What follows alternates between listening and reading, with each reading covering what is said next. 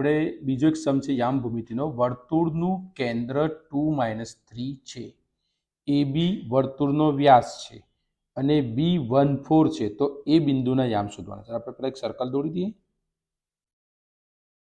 એનું આ એક O બિંદુ કેન્દ્ર છે. આ O વર્તુળનું કેન્દ્ર છે અને આ એક રેખાખંડ AB છે. એમાં B બિંદુના યામ આપણને 14 આપેલા છે અને એ ઓના આપણને યામ આપેલા કેન્દ્ર ઓના યામ આપી દીધેલા છે 2-3.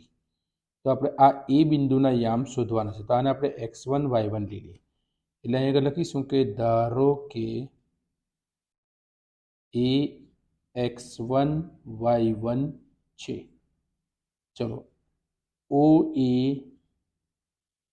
વર્તુળનું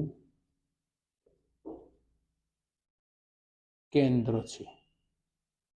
AB એ વર્તુળનો વ્યાસ છે. એટલે કે ઓ શું થઈ જવાનું? ઓ માટે ઓ એ AB નું મધ્ય બિંદુ છે. તો O 2-3 એટલે કે ઓના યામ.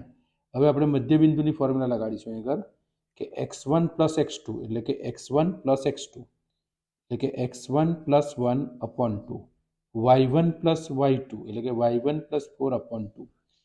અચ્છા, હવે આપણે આને આ x યામ સાથે સરખાવીશું x1 અને આ એટલે કે 2 = x1 + 1/2 એટલે કે O નો x યામ અને આ x1 + 1/2 સાથે સરખાવીશું. 2 × 2 = 4, 2 × 2 = 4 એટલે 1 આ બાજુ આવી જાય એટલે 4 - 1 = x1 એટલે x1 કેટલા આવ્યા? 3.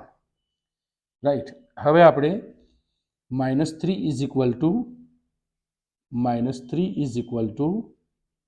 y1 + 4/2 2 થી મલ્ટીપ્લાય કરીશું એટલે 2 × 3 = 2 × 6 -6 y1 + 4 4 ને આપણે આ બાજુ લઈ આવીએ એટલે -6 - 4 = y1 એટલે -10.